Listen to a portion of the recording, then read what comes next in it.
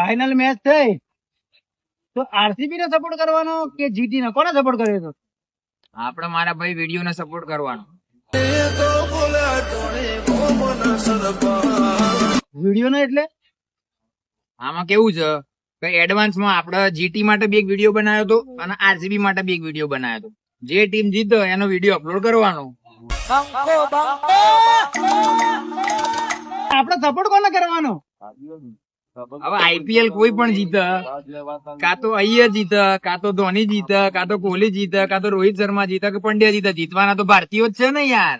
એક છે શાંતિકારી, બીજો છે ક્રાંતિકારી રે. એ વાત તો સાચી જ છે. બસ તો પછી આગળનો પ્લાન આપણા સપોર્ટ ખાલી એક જ ટીમ કરવાનો, ટીમ ઇન્ડિયા. એને સપોર્ટ કરવાનો આપણે, અને ઓનલી ટીમ ઇન્ડિયા.